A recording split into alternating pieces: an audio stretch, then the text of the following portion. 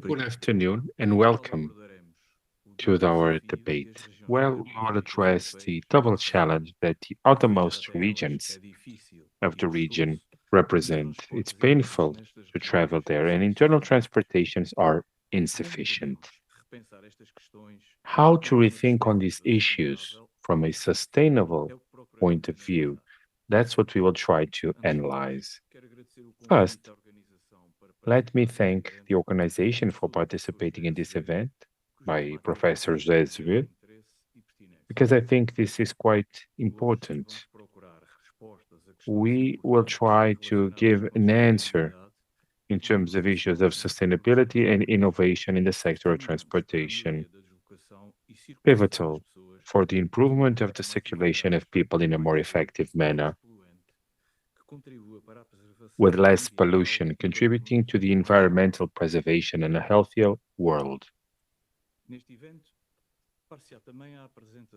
For this event, we will present the European Atlas of Mobility, a work that wishes to be a true effort to promote and fulfill a sustainable mobility that's balanced. At the end of the day, it's fairer throughout Europe and its territory, including the uttermost regions.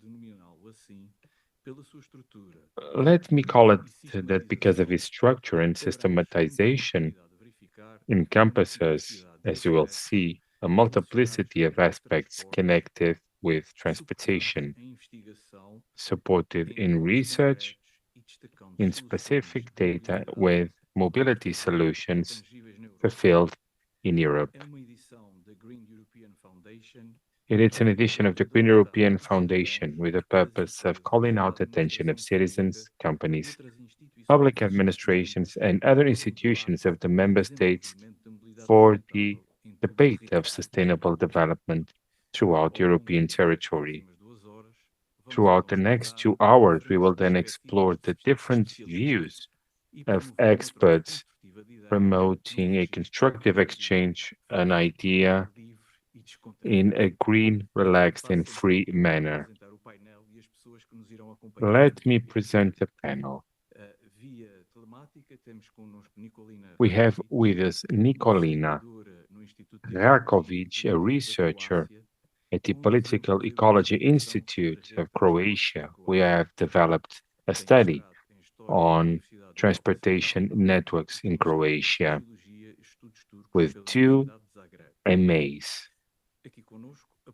Also with us, Rosa Simas from the University of the Azores and the University of Lisbon, works in literature, the Azores, and the environment. She's been a lecturer at this university and University of California with a PhD by the University of California, Davis, and Berkeley, and a bachelor degree by the University of California. Also, Theokaris Tsotsus, I think this is the way to say it. If not, I do apologize. Is a lecturer at University of Crete, a director of the environment area, has a PhD in chemical engineering by the Technical University of Athens, and also an undergraduate degree in Athens also. Lastly, we also have Henar Martin, a consultant of sustainable mobility at the Canary Islands with an MA in planning, economics, and operations of urban transportation by the University Pablo de la Vide. He also has a degree in civil engineering, hydrology, and water management by the University of La Laguna. After presenting all these people, let me share with you some thoughts that I believe go in accordance with the subject.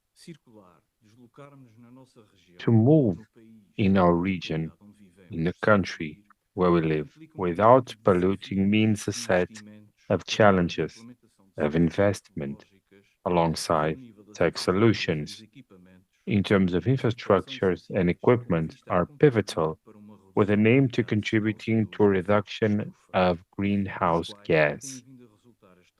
of which the so-called climate change have come about.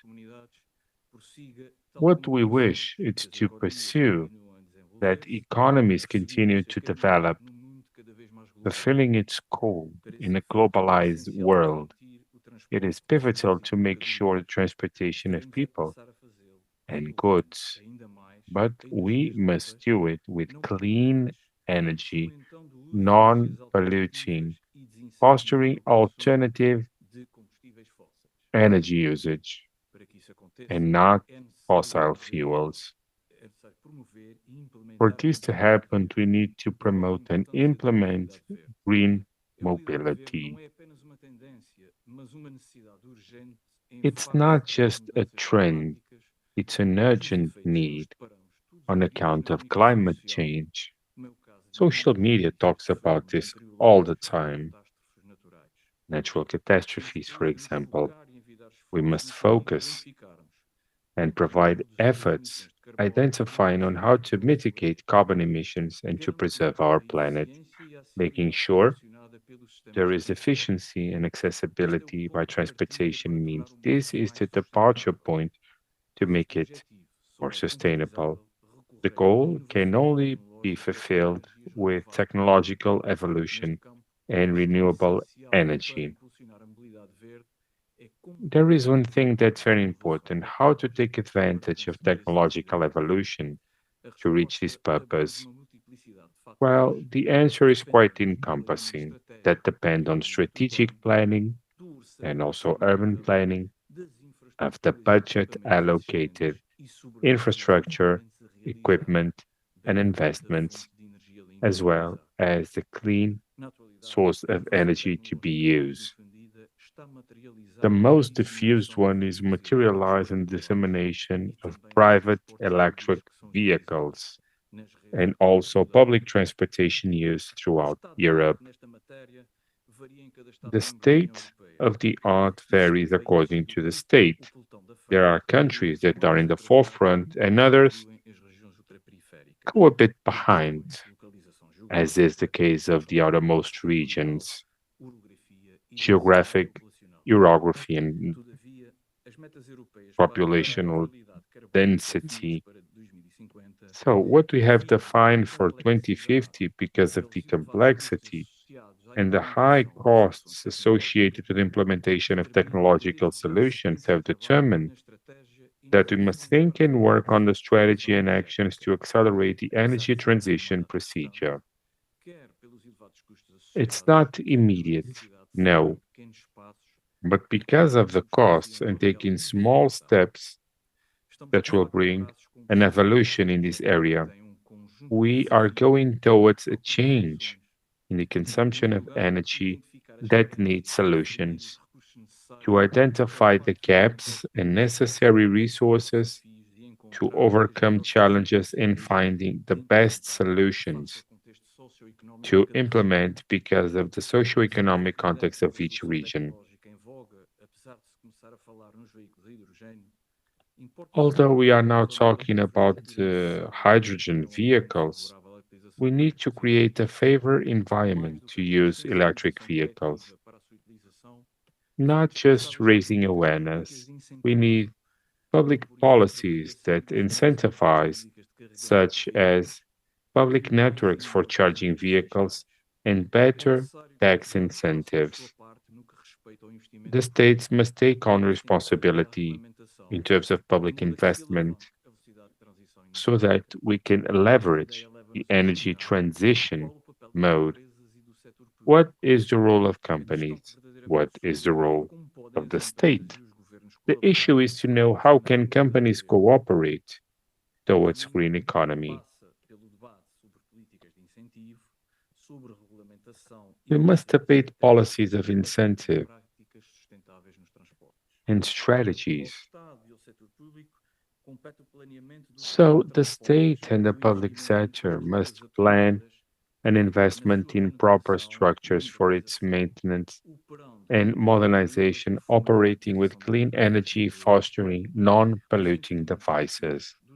Investments in costs in infrastructure or devices are quite steep, in most cases unbearable in outermost regions.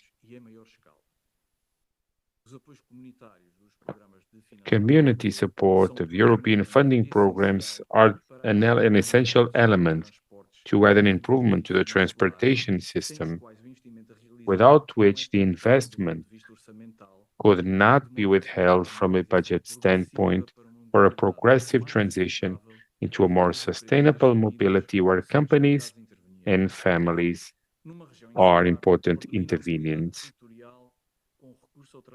Territorial mobility is different in islands, and internally, in each one of the islands, people use their own car. There is no railroad, so there is no alternative contributing to the mitigation of carbon emission. The traits of island cities and locations, given their dimension and their obstacles that have to do with urban planning, determine that it is one more essential factor, maybe the most important one, to promote and develop mobility in the territory. We might also say that the main issues in urban areas come from the lack of planning and the absence of proper infrastructure that provides easy locomotion in cities. Also, the effectiveness of people moving around in cities with means of transportation and habits that are less aggressive to the environment, promoting improvement in people's quality of life. In order to reach a more sustainable urban mobility, we need to invest in the transportation area, framed within the proper planning. Nonetheless, there are some alternatives that have revealed helpful in terms of protecting the environment, using bikes, improving public transportation, incentivizing the adoption of electric vehicles or clean energy, as mentioned, the general reduction of the usage of fossil fuels in the productive sector, logistics, and also service provision, a greater integration and articulation of different urban transportation areas, also the flexibilization of services, providing that there is no traffic jams,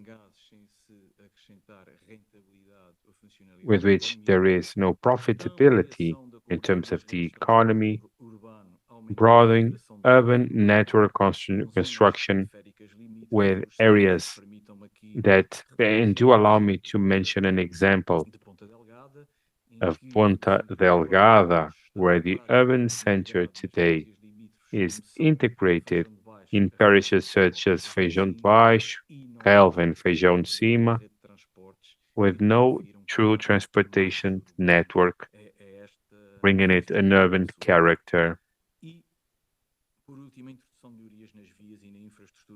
And also to improve a definition of the space and flows. These are some of the measures that are necessary to improve life in cities, promoting mobility, contributing to mitigate carbon emissions. In a nutshell, there are three predominant axes for sustainable mobility: incentivizing public transportation, promoting non motorized transportation, and also not using cars. There are three keywords that are pivotal to allow the evolution of the energy transition model: planning, in terms of infrastructure, budget, and investment. Well, after this introduction, let me give the floor to our experts, and then we will have time for Q&A where the audience can share whatever they deem necessary. We want to leave this room with a better understanding of the green economy moving forward in our islands and in outermost regions of Europe.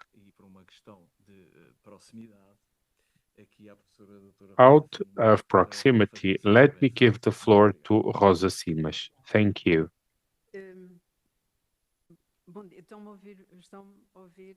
Bem, em primeiro lugar, agradeço muito este convite, First, na thank do you for GEF having me. e de toda a sua dinâmica, e o convite na pessoa do meu caro colega José Azevedo. Dear colleague Agora, José Azevedo, confesso que hesitei porque não conhecia este contexto.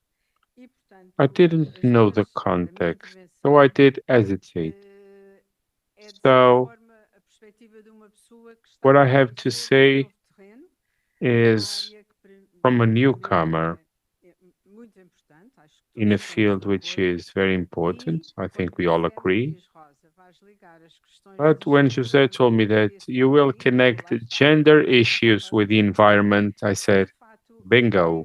tenho dedicado So alguma atenção na área do I have feminismo, paid vou chamar special attention ecofeminismo, in terms of feminism, mas que é de facto conhecido como ecofeminism, uma corrente etc. which is Mas no meu acknowledged trabalho as eu a resolvi trend, chamá-lo but I feminismo decided verde, to call it green green feminism. feminism.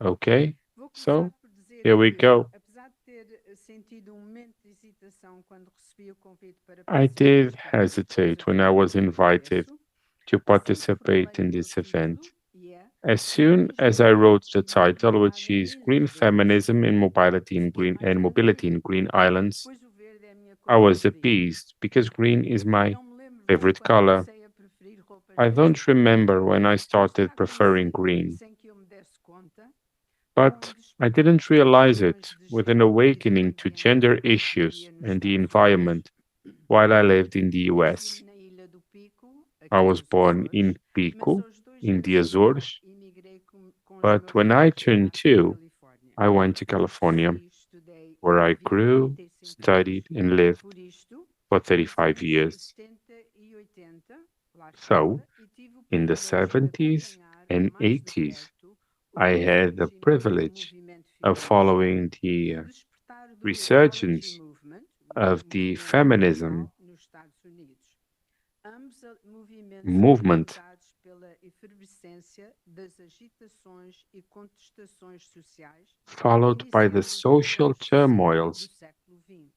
that began in the E, portanto, 60s as of the questões de 20th género e century. do So, ambiente gender sempre issues estiveram and interligados. environmental E cá issues estou aqui hoje go hand in hand. para esta ligação That's why direta I'm here nesta today iniciativa da Green European within this Foundation, initiative of the Green financiada European pelo Parlamento Foundation, Europeu, funded by the legítimos European partidos como os Parliament, Verdes ou o Grupo but Verde do independent Parlamento, from a parties. Fundação Europeia Verde, ou o Green European Foundation, The GEF, Green também conhecida por European GEF, Foundation, tem also como known as missão CAF, contribuir para o has the desenvolvimento mission de to uma esfera contribute to the pública development europeia of an que European fomente maior public envolvimento dos sphere, cidadãos fostering a dentro e greater no mundo. development of Neste citizens in sentido, a European GEF policies. promove ações de cooperação, It parceria promotes e actions of intercâmbio cooperation, além das partnership, fronteiras and nacionais exchange dos beyond the países da União national Europeia, borders, reunindo a variedade de atores e ativistas de with a associações, connection of comissões e actors and academias activists of teóricas e funcionais, associations, para academias, and debater nos NGOs desafios europeus que to todos nós debate European partilhamos, challenges that we coordenando o all desenvolvimento de share, uma rede dinâmica de coordinating and diálogo e fostering a cooperação. dynamic Para and além de cooperation publicações como o environment, Green European Journal not e o just European publications Mobility Atlas, nas like the ones línguas that da I've União just Europeia, mentioned a GEF in the language promove of a the EU. organização de conferências GEF seminários, promotes programas e conferences, projetos seminars, transnacionais no contexto da programs, Europa e além das transnational fronteiras da programs União Europeia, in Europe como and este beyond the convidado. borders of the EU, No such as âmbito this do event trabalho da here. GEF, os objetivos Within e GEF's valores work, ambientais the estão goals and environmental interligados values are com a promoção da interconnected igualdade de with género e a promoting luta contra gender todas as formas equality de and fighting discriminação. all kinds of Assim, discrimination. o feminismo e as questões de Therefore, género feminism acompanham o and gender esforço da GEF issues em prol do go meio hand in ambiente hand with the numa efforts of dinâmica que GEF inclui for ações the de environment. esclarecimento e empowerment, including empowerment actions, promoting knowledge sharing, and transnational cooperation.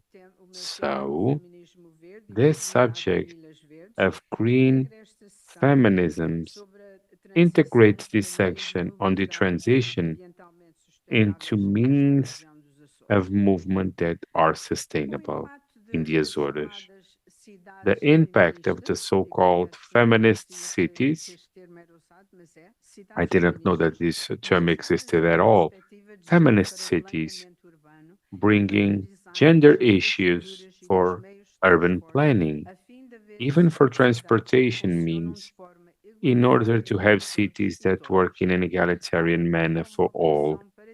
This means a paradigm shift of the way that we understand the area that surrounds us. Traditionally, the private area of the house and non paid labor was the legacy of women, while the public space of community and paid work was the realm of men. So the cities have been built for men and by men who have designed them and built them.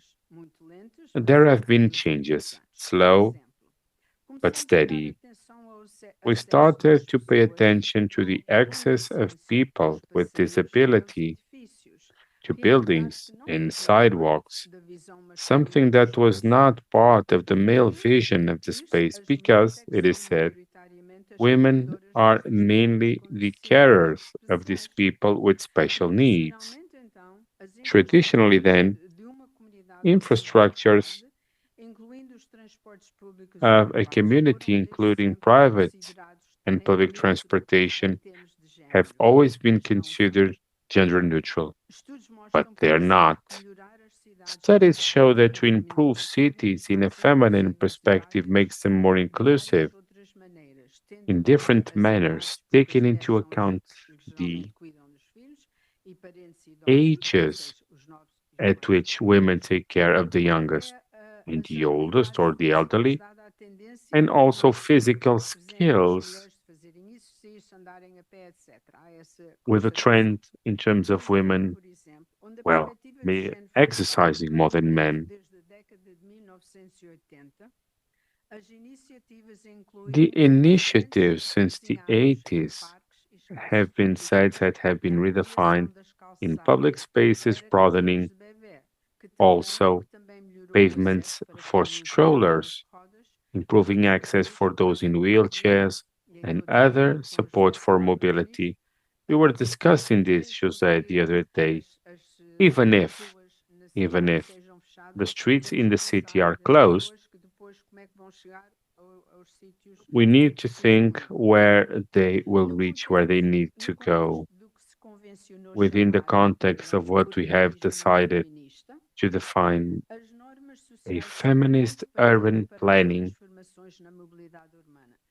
Rules are a departure point.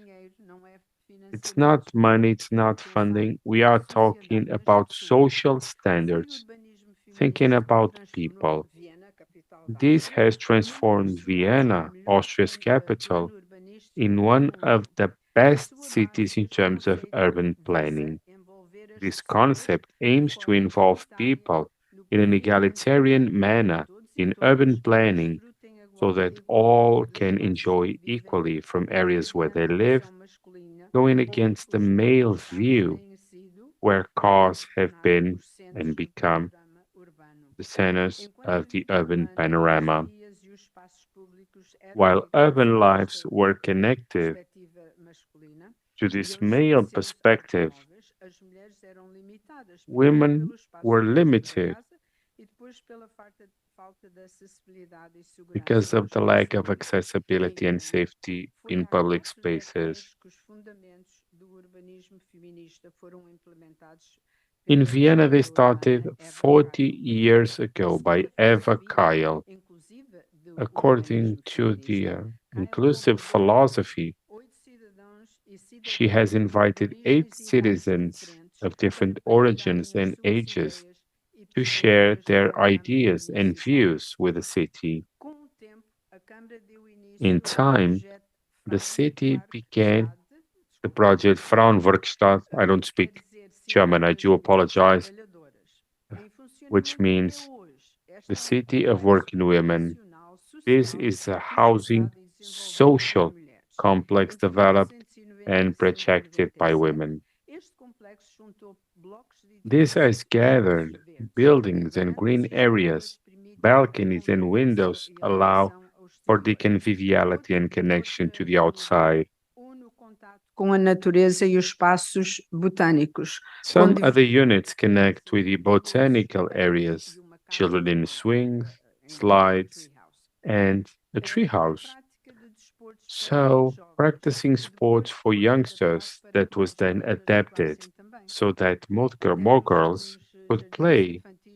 Even in kindergartens, we must take into account gender Toponímia urbana in ou terms utilidade de urban repensar os nomes das ruas toponymy. e outros lugares, We have to de think forma a about incluírem nomes names of femininos. streets to include Embora a names visão de uma of cidade women. feminista varie Although dependendo the do vision local, of a city dependendo do varies contexto, como o nosso according to the moderador já context, just referiu, like our existem alguns princípios que podem facilitator said, orientar as decisões. there are some Para principles avançar, guiding as decisions. mulheres têm de ser convidadas e incluídas em todo o Women need to processo, be invited desde os and included projetos e in the planos process, iniciais à initial concretização projects and final, plans, incluindo to a the implementação final a longo fulfillment, prazo. including the Segundo o long-term PENDA, European implementation. Mobility Atlas, European as Mobility mulheres Atlas deveriam by fazer GEF parte do recommends that funcionamento das women should be infraestruturas part e das empresas of de the working of transportes infrastructures públicos and e privados, transportation companies, como mas public não and fazem. private, but they're not. Segundo o Atlas, na União According to Europeia, said atlas, isto é in um the estudo EU, de 2021, this is a study from o emprego 2021, feminino na área do female transporte employment in the terrestre field of transportation mal chega aos 12%. does not reach 12% even. No transporte marítimo é Maritime 50%. transport, it's E 20%. o mais alto é o And the transporte aéreo, highest onde is o aerial, emprego feminino chega aos where 40%. it reaches Há 40%. muitas condicionantes, com certeza, Many mas existem conditioning, razões de sure, pensar. Em termos de still food for transporte público thought. terrestre, deve In ser terms of regulamentar terrestrial public horários e transportation, we períodos should mais have úteis ao dia a schedules dia das pessoas. that are E useful to the assegurar que everyday as life of estações e people, paragens ficam making perto sure dos that sítios e stops are serviços, close to de services forma que sirvam a população so that they de better serve the forma population prática in a e practical rápida, manner, quick para also. bem de todos e todas. Quanto aos Açores, receio In dizer que terms está of the tudo Azores, I'm por afraid to fazer say that e temos everything is algumas yet vantagens to logo be de done, partida. although we do have As some distâncias advantages são from mais the curtas, get-go. o que Distances are favorece shorter, a mobilidade thus alternativa, incluindo os veículos elétricos. favoring As vias mais alternative antigas são mobility, mais including seguras e electric acessíveis, vehicles. adaptam-se mais Older facilmente a paths can ciclovias e a vias adapt to alternativas, bike lanes and alternative pedonais, lanes, etc. pedestrian, Dimensão and dos etc. transportes públicos The dimension of the public e por isso transportation network is smaller, mais manejável, com so certeza. it Mas is falta um easier plano to global, transform. But we need a global planning, implementado de sítio para implemented sítio, from place to transporte place, terrestre, in interligando terrestrial meios rurais e transportation, centros urbanos, integrating rural o areas and marítimo urban ligando ilhas com centers, ilhas, como já maritime referi connecting antecipadamente. islands. Atualmente, a ligação entre ilhas tem sido o papel da SATA Era Açores Currently, the e connection ANA, has been done by mas SATA, a via Air marítima é Azores, importante entre but ilhas. the maritime Até path is also em important particular em inter-island. Faro. On land, Esta private está a cars dominar a nossa are paisagem e não kings. há lugar para tanto carro There como is neste. no place for so many cars in Uma urban ilha é um areas. espaço limitado, por An island definição, is e é limited desejável by haver um limite definition, no número de so we carros should have permitidos a limit in the para number of passar cars os allowed, ciclos, enfim, de not to vida say about que those estão that para are aí at e the que end of devem their ser life salvos. cycles, that should Há and must be duas, discarded. fecho assim, há duas coisas There are que two eu trago dos things Estados that I would Unidos like to end with. que eu adorei pôr atrás das costas, deixar lá, There are quando some things voltei in para the cá US nos that I Açores. loved to just leave there Isto é when I verdade. returned to the Azores. Two things that I hated there. Já tinha pensado nisto, mas agora tive a I thought of oportunidade this de before, but now I had the opportunity to duas share it with you. realidades que Two pensei American que tinham lá realities ficado. that I Os thought lotes de I left parqueaderos there. usados e os The realtors stands selling used cars in the outdoors, the billboards. Agora estão por todo o lado nestas They're everywhere cidades. now in these green islands. Obrigada, Used car lots and billboards, or outdoors, as we call it here. Thank you, Professor, for bringing this concept. Green feminism, that's great.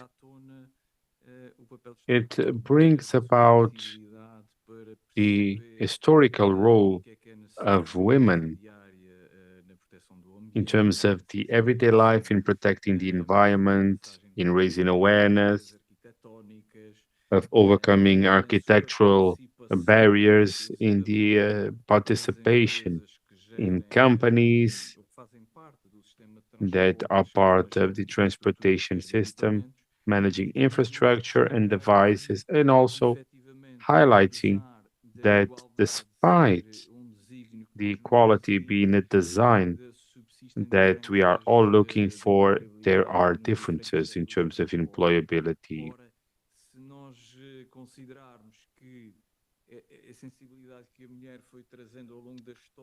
If we consider what women have brought throughout history towards the evolution of the public space and the management of the urban planning, that must be strengthened. Coming from your intervention, we quickly realized that there is a lot more room for women to participate in this system, in this process of transformation of energy, contributing with everything they have in terms of what is the role that we all desire, that sustainable mobility can bring into our everyday life.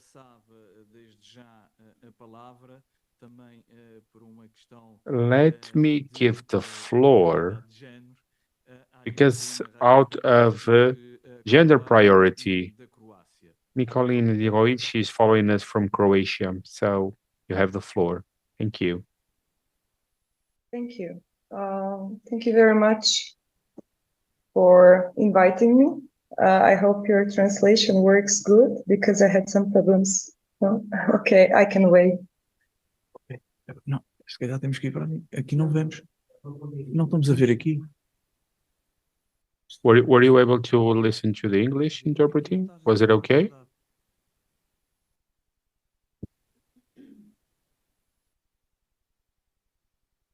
Is it okay now? May I start? Not yet. Okay, just give me the green light. Can you hear? This is the interpreter. Can you hear us? Não, veja, ou é preciso ligar? Nós não mexemos. Estás ligado? Ok.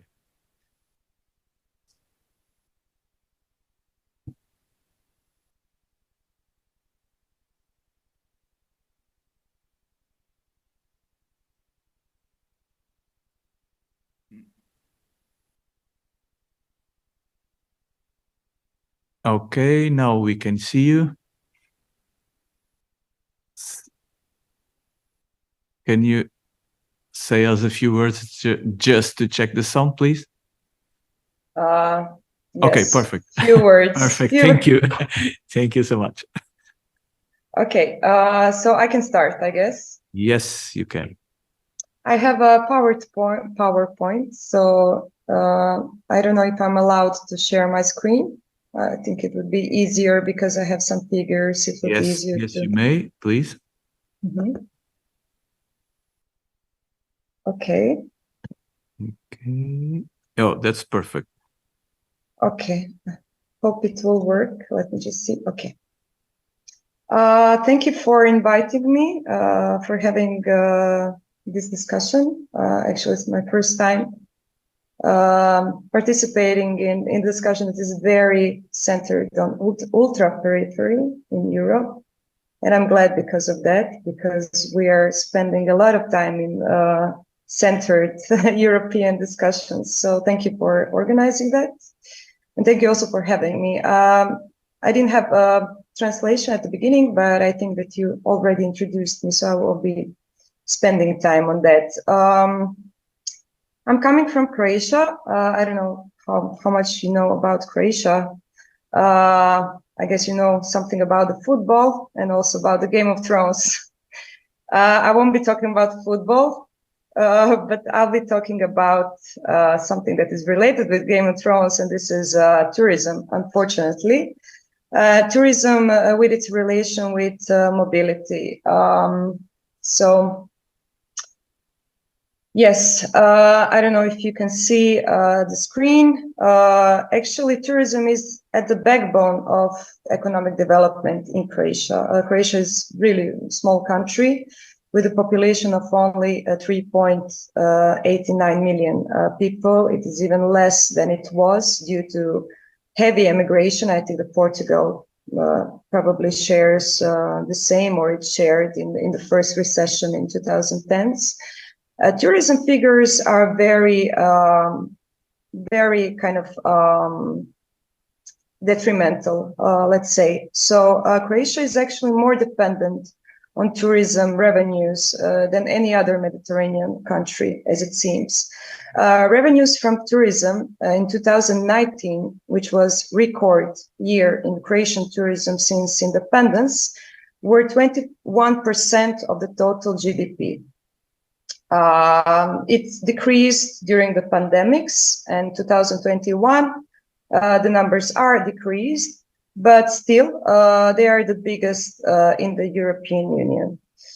According to the desk research that my organization that I'm coming from has made on tourism development, we have noted that since the independence of Croatia in 1991, this sector has been managed with no coherent strategies, no action plans, substantial action plans, and that left us with severe consequences in terms of unregulated urbanism, unregulated housing, especially rents in tourist places that became extremely unaffordable for the local tourists.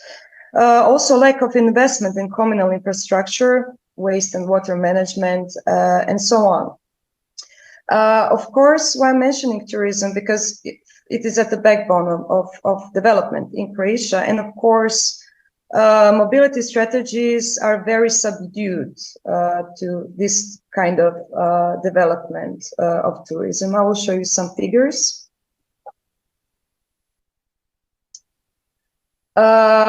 Yeah, just to say that tourist overnight stays in Croatia 2019 were 91.2 million. So it's really huge. And 2020, all the trends were saying 2020 will be the record year of 100 million overnight stay. Of course, it didn't happen because of the pandemics. 85% of all tourist overnight stays in Croatia were in coastal regions. So you can imagine to what extent the tourism has impacts in such a small country. In terms of mobility, as I said, Croatia is predominantly car destination. Here you can see a picture, and in the picture we can see a tolled motorway network. Almost 50% of all total road network in Croatia are tolled motorways. In the last 30 years, everything, literally everything that was like subsidies and all the investment for transport went into roads.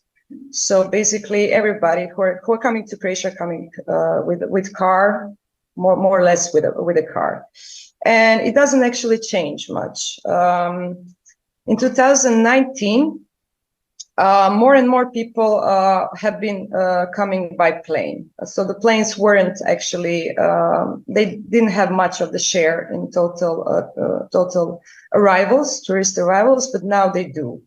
Cars, of course, are still dominant. In 2010, 91.4% of tourists came to Croatia by land, and it is almost by car.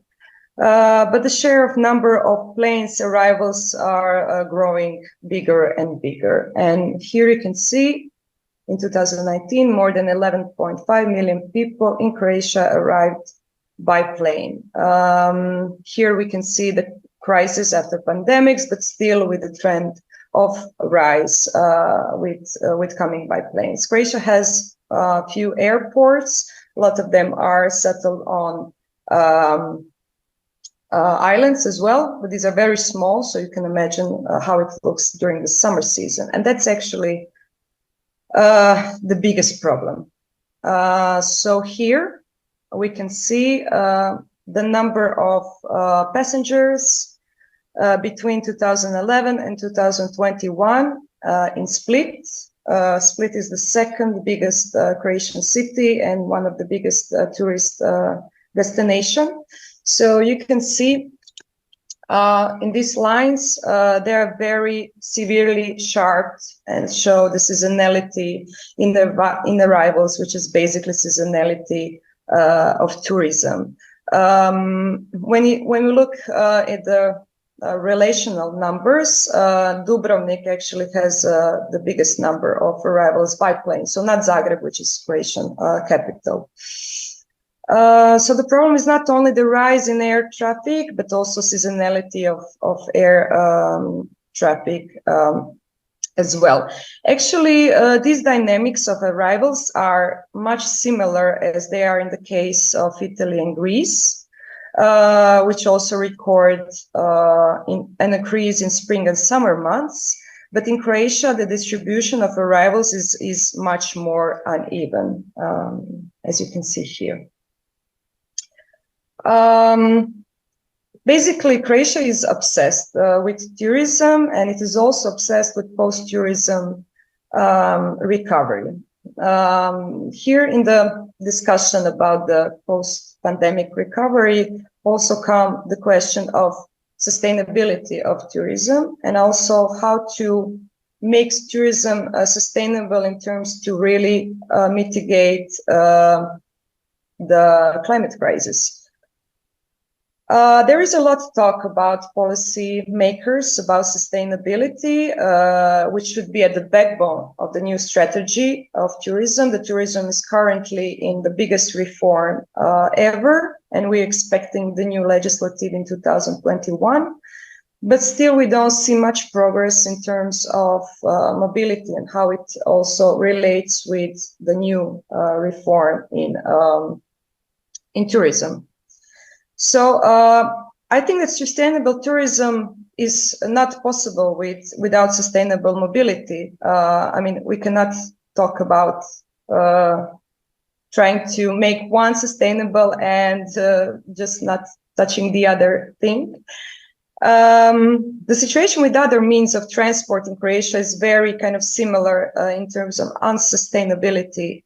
The mobility in general looks like, I'll just give you a few examples in railways, and railways are, let's say, my topic because I've been doing a lot of research on railway management in Croatia. According to the analysis that IPE did between 2016 and 2019, the railway management shows the lack of investment in the last 30 years. For instance, maximum permitted speed of trains was on average 41 up to 60 kilometers per hour, while the maximum speed, which is 140 and 160 hours, can be driven only on 4% of total network in the Republic of Croatia. So if you see now the density of railway networks, so it's quite dense, and it's also pretty similar to the network of the tolls, meaning that, you know, if you're coming as a tourist in Croatia, you'd rather take the car than the train. So that's also the problem when thinking about how to make railways as a one of the backbone of actually sustainable mobility. Situation with public transport is very similar. So in Croatia, it's not integrated. There are no harmonized timetables. The systems for selling tickets for various modes of transport, they don't exist. Intermodal terminals, which make possible to switch from one type of transport to another, do not exist. And if they are, they're extremely rare. And I will give you just example of Zagreb Airport, which is very close to Zagreb, to the city center, and it's actually very close to the rail station that leads to the city center. But connection to the city center is only available by shuttle bus, taxi, or private car. So we're talking about the capital of Croatia, and in capital of Croatia, you can see that airport terminal is not connected with any sustainable mode of transport to the city center. So let alone all the discussion about the coastal areas. Yes, the other issue that is very kind of common in Croatia is that subsidies are given to private bus companies such as Arriva and Flixbus, which are operating on the parallel lines of where the rail also is available. So that's the other problem as well.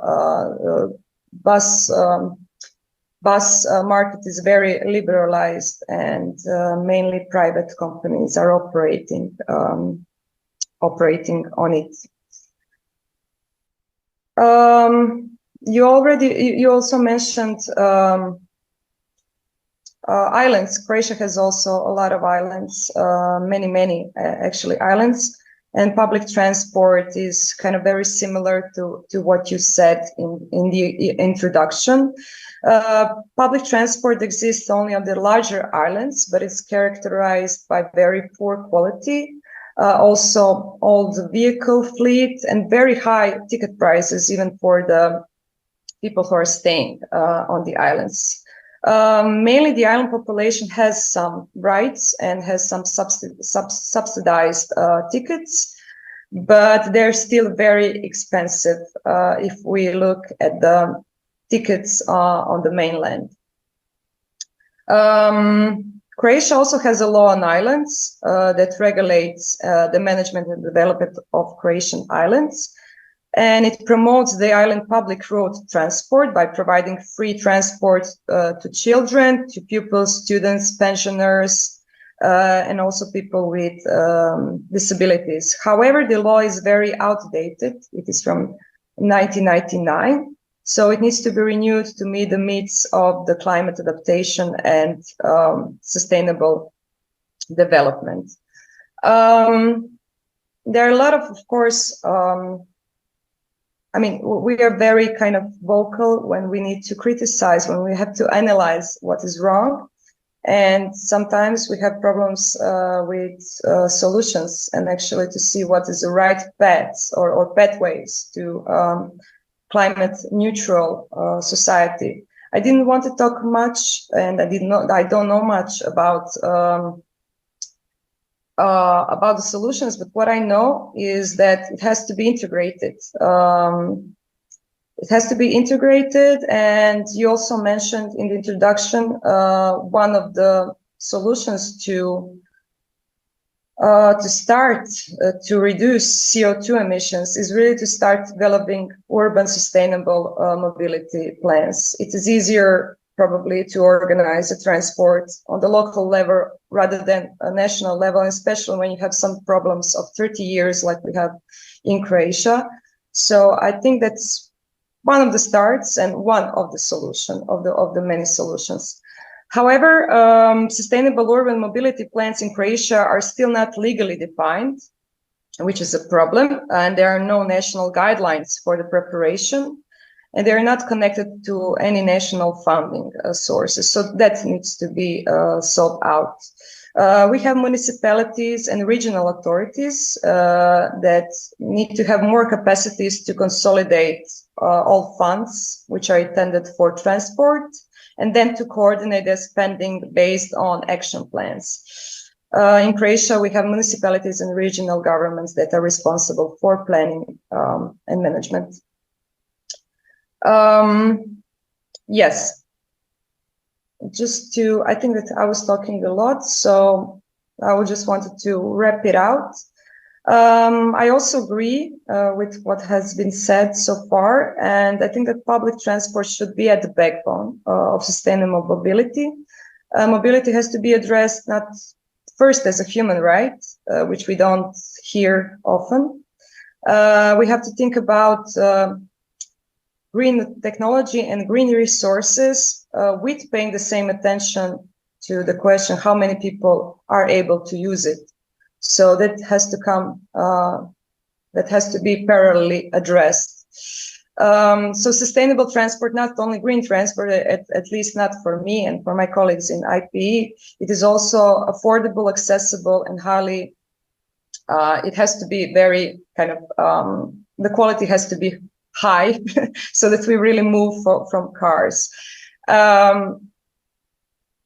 Also, I think we need more regulated economy rather than market economy approach in design of transport policies, because I think that we didn't come so far in terms of really reducing the CO2 emissions in transport. Also, I already mentioned the multi-sectoral approach, which means that we need to think inside and outside of sectoral policies. It's not only a problem in Croatia. I think it's visible also in the problem of European Union, treating each sector as its own sector. So having multi-sectoral public policies within the regulated economy may provide us with more proper answer to climate crisis. And this is also it also refers to tourism models or how to develop sustainable tourism, and also to the model of transport and energy production that is interrelated with tourism. Yes, thank you very much for your attention, and yeah, I'm looking forward for your comments or questions.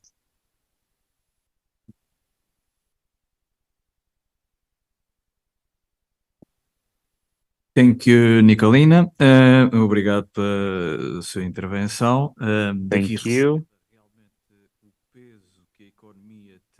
The economy does bear some weight in terms of excess of emissions. There is a sector in Croatia, such as tourism, with excess demand, creating an imbalance from a structural standpoint that are getting worse with the excess of tourism coming by car in the absence of other alternatives. In fact, it's not possible to have sustainable mobility without sustainable tourism in order to have an economic balance and reduction of emissions in the environment. And also, those three systems of Croatia not having integrated scheduling, ticketing, no intermodal terminals also does not contribute to mitigate these imbalances. Croatia is not alone, though. It's not alone in terms of that state of the art. It is a common trait in terms of Europe, especially in terms of islands, insular regions. Countries with islands do suffer from this problem, and it's a step-by-step process. So it's very important to take into account the urban planning, private society in a given community. There should be kind of a pact where we are aware what we want and where we want to go, following a strategic guideline, or else the goals of the future in 2050 will be hard to reach without method without strategy, without organization, in regions that do have natural needs that are not seen as favorable winds. It is wind against it. Thank you for your intervention, Nicolene. Let me now give the floor to Theokaris Tsoutos so that we are able to hear what he has to share with us. Hello, you have the floor. Hello, can you hear me? Now we are not. We can hear you. We are just waiting for your screen to be shared. Okay. Yes, now that's okay. Now it seems it's okay. No? That seems okay. We just need now the presentation mode. Okay. Should Okay. be in the bottom right corner. That's perfect. Thank you. Okay, thank you. Welcome. So I hope you can hear me. I will try to contribute to this fantastic workshop. First of all, to thank all of you, to thank also for the invitation, the Greek European Foundation, but also the organizers there in Azores. Good evening from Chania. Now it's very late. It's almost late. It's about 8 o'clock. Yeah, we have 3 hours difference. So I will try to give you some thoughts. And since I'm working in this field for years, for more than 20 years, so allow me to use some of our, let's say, achievements, some of our results during my presentation. We'll start from this about insularity, mobility, and climate crisis. Yes.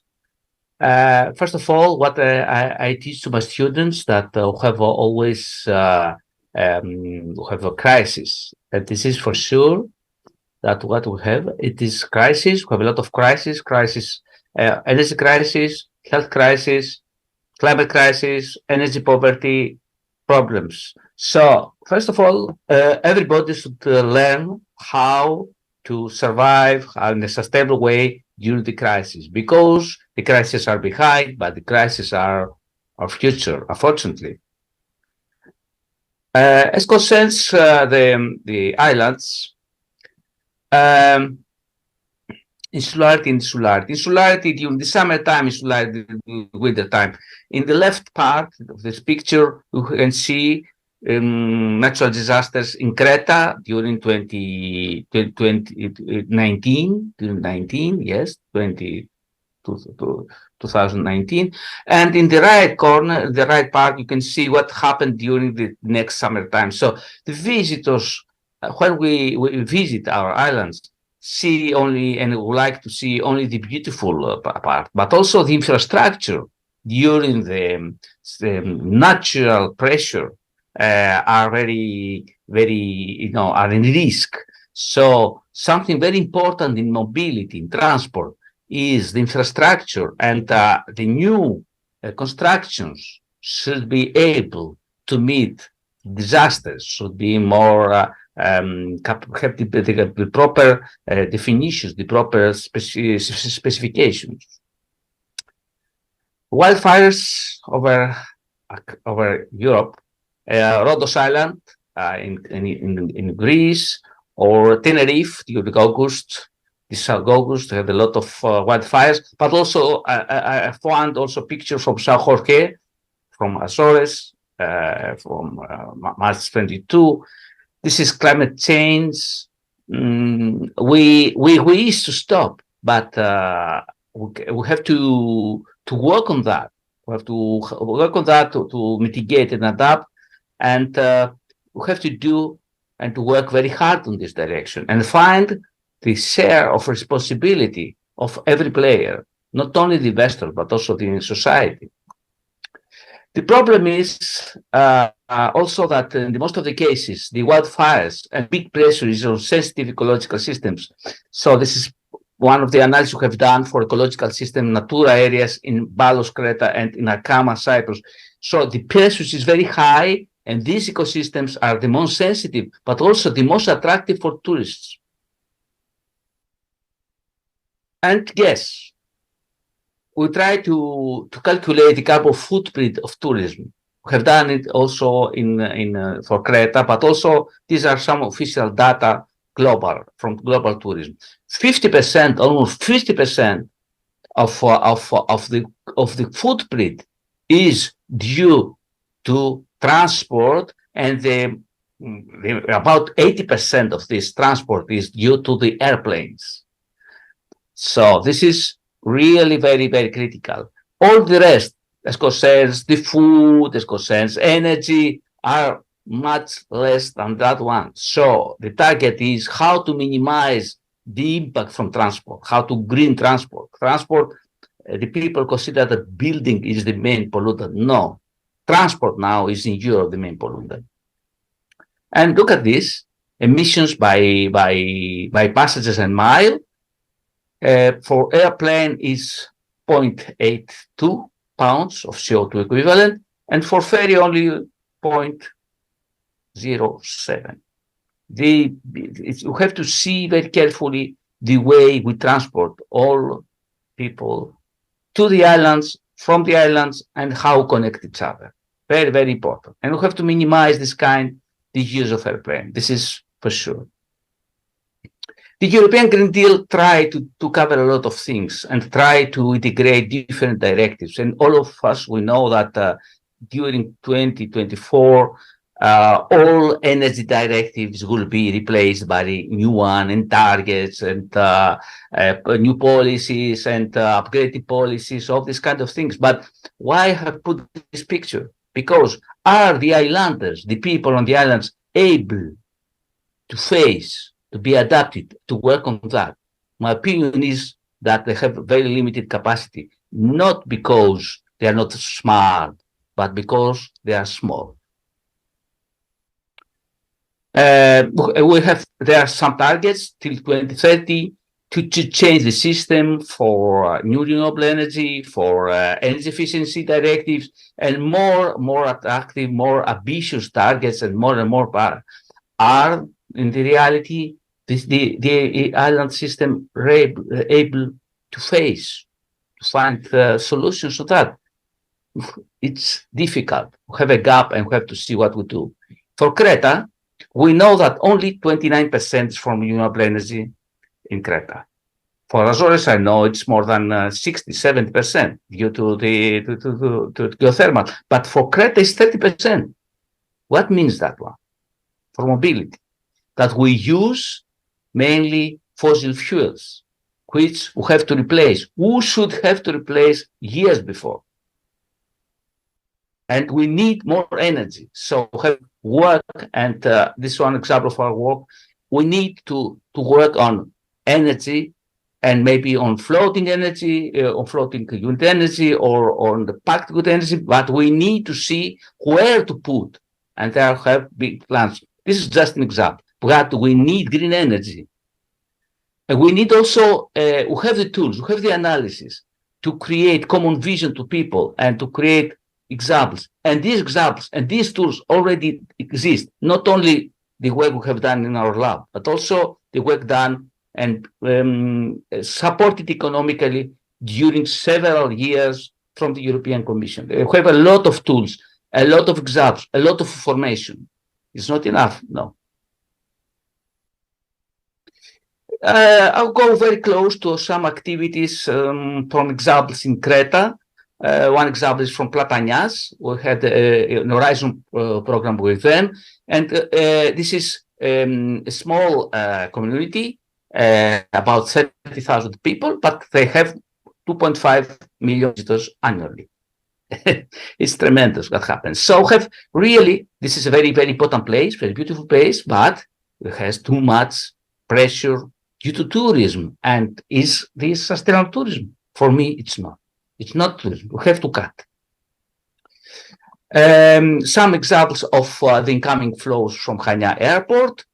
These are the data till 2021. And as Nicolene from Croatia referred before, this year 23 will be the new record for us for incoming tourism flows. And this is good. This is too much. Even in Creta, we have not 90 million, we have about 8 million of tourists, which is too much for us, too much for the islanders, too much for the infrastructure we have. We have to see different plans and to extend the destinations on the island. The two cities of Platanias. Platanias winter in the part, Platanias during the summertime.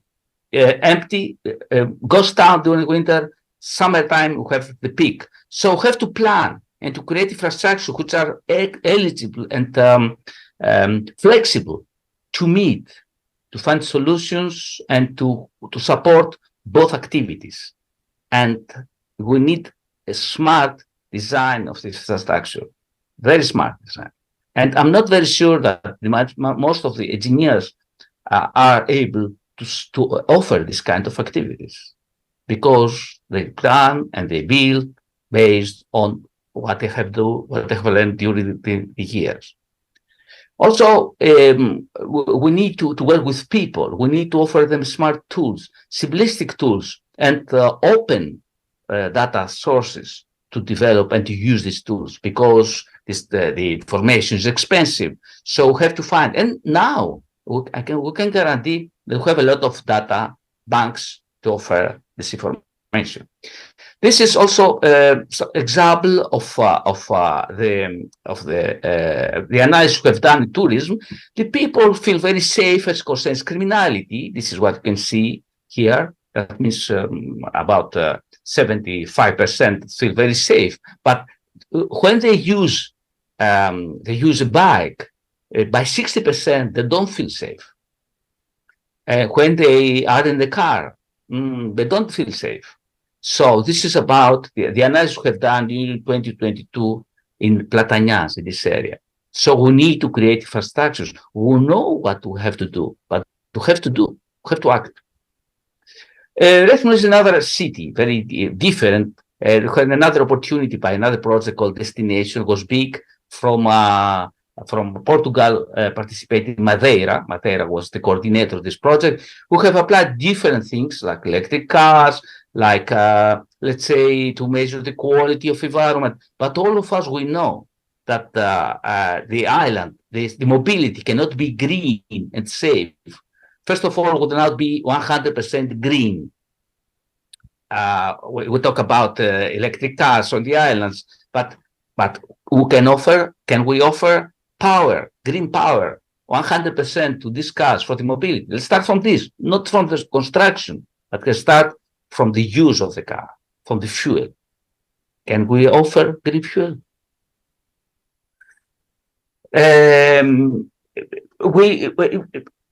This is a very good example. This card, what we have tried to do during the COVID, an electrical tool for citizens, for design lab. Now the technology can share us a lot of tools on that.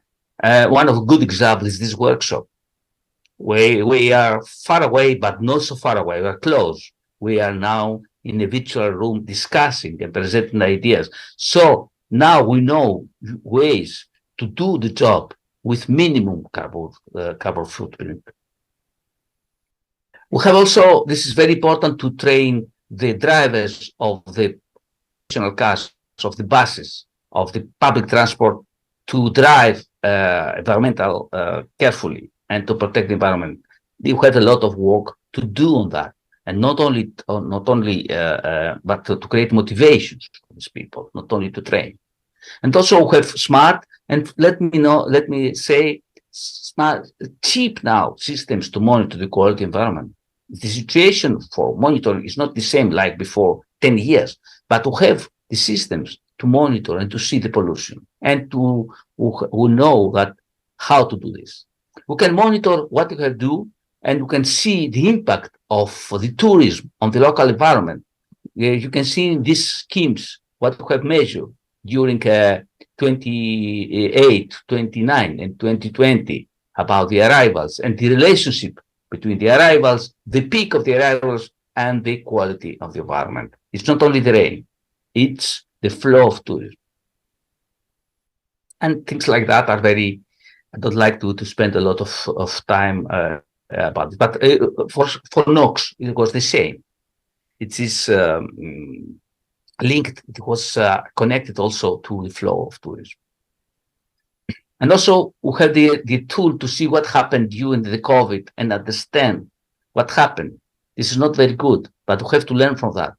Who knows? We don't like, nobody likes, but who knows, maybe we need this kind of information for the future.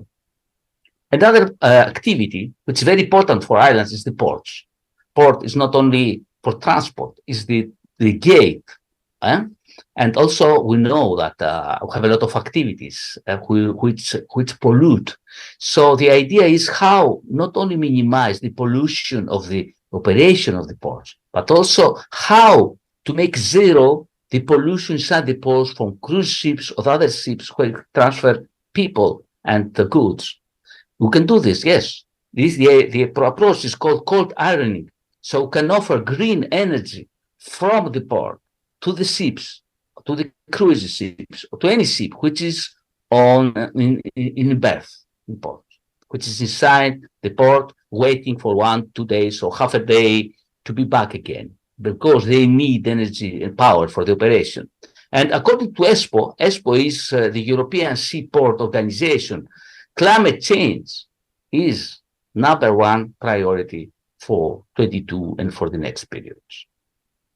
This is also a very good example what we are trying to do in Greece. This is created under the support of Heinrich Bell Stiftung, and thank you to Thessaloniki and Michalis with this.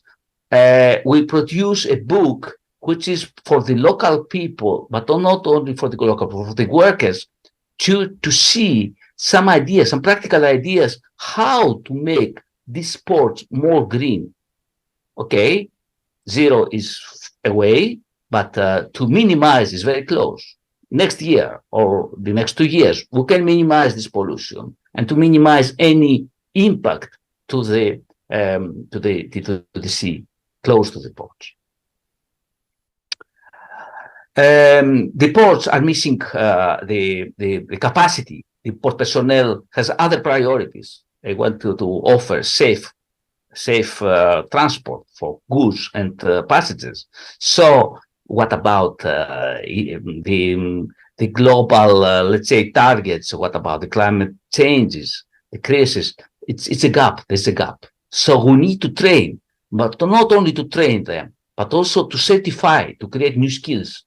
We have a project of that called Blue Ports, which started this month, where it's exactly to train people in Mediterranean and Black Sea and certify these people, give certification by TIF to create jobs and create green certification for the ports who will participate.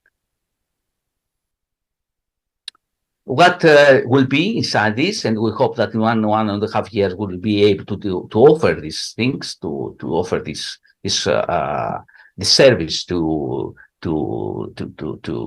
the islands and to cities close to the sea, education material proper, because it will be created in cooperation with ports, with professionals. It will be not academic. It will be on demand.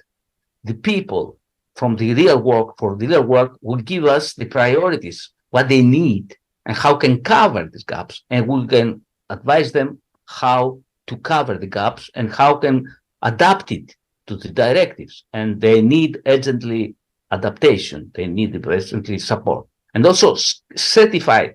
I underline this certified. It's not education. It's not training. It's certification. It's a new scheme according to ISO 17024. And I'm trying to close. What we have in front of that, we have some open publications. Most of them were done by the support of Heinrich Bell Stiftung in Greek, or the Energy Atlas, Mobility atlas or energy communities, and also book on the topic of my speech now. This is open. This is under Springer. It's called Sustainable Mobility for Island Destinations. I think you can find a lot of information inside, and everything is open. This should be open for everybody who is interested to read and download. And some comments. Islands need high quality. The sustainable environment is attractive, is an asset for the city, for the visitors. They have to plan activities based on seasonal fluctuation, find how this mobility can be faced. So they have to plan the city to be flexible, to meet, and the infrastructure to be capable for natural disasters. They are missing capacity, the islands, and the society is not prepared for this Green Deal. We need to cover this gap and to support citizens and against all this, and how to exploit. There are a lot of funds, but the people and the society, the communities should learn how to exploit these funds.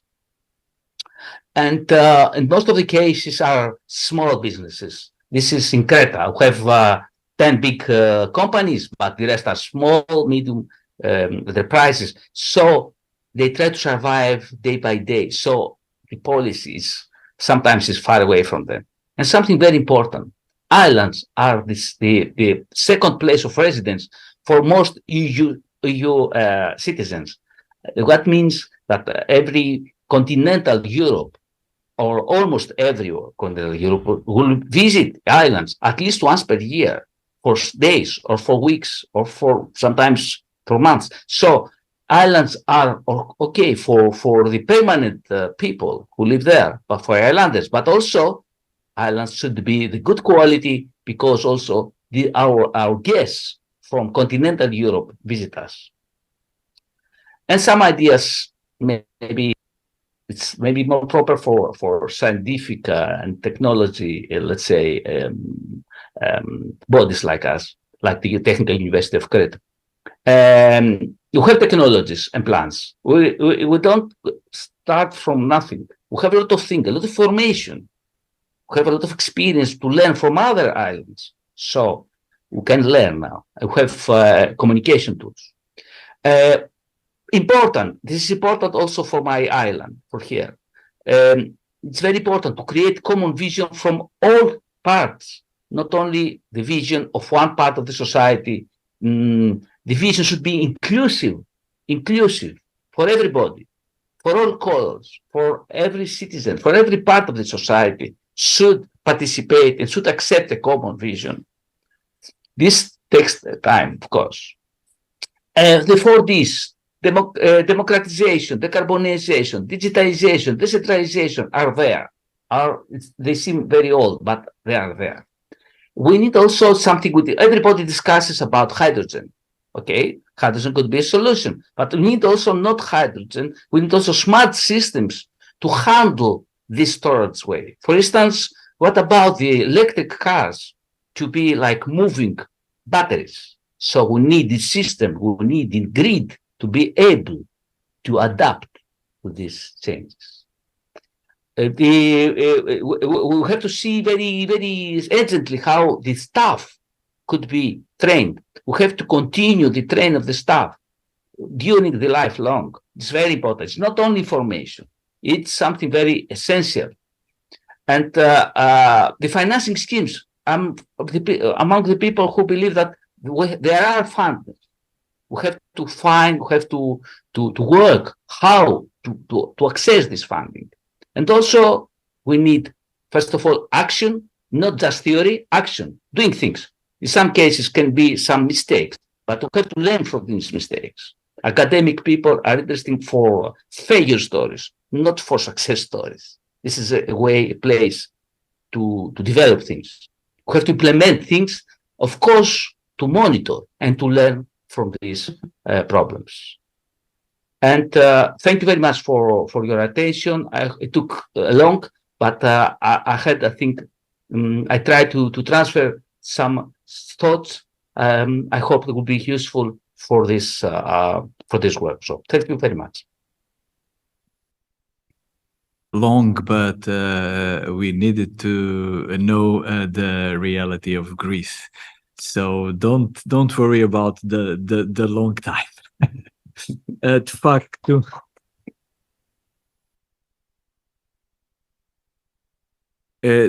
foi importante percebermos In fact, it's been important to witness that the Greek reality is similar to what has been said in terms of Croatia in certain points and the Azores. And without a plan B, it's important to be aware that there is a footprint from one more region of Europe that depends on fossil fuels that we need to overcome, and that measures are being taken in Greece to implement sustainable mobility, as we had the opportunity to see in this project with 14 measures with some partners. Oddly enough, there are connections between the tourism flow and the quality of air in Greece, as you said, and also quite interesting, the improvement that you are bringing forward in the transportation system, namely in ports. So this is something that unites us, which is the challenges, the critical challenges of islands to improve their situation.